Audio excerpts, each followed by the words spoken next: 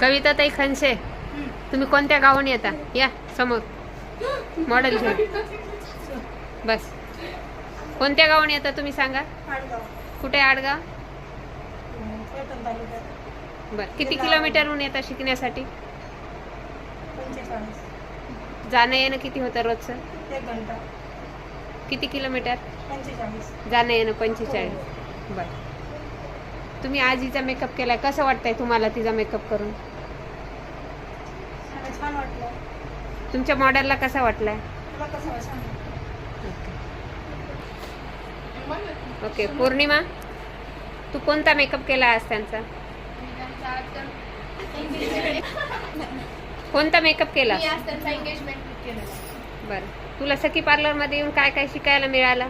खूप काही शिकायला मिळालं. मेकअप, लेअर कट, खूप सारे कट.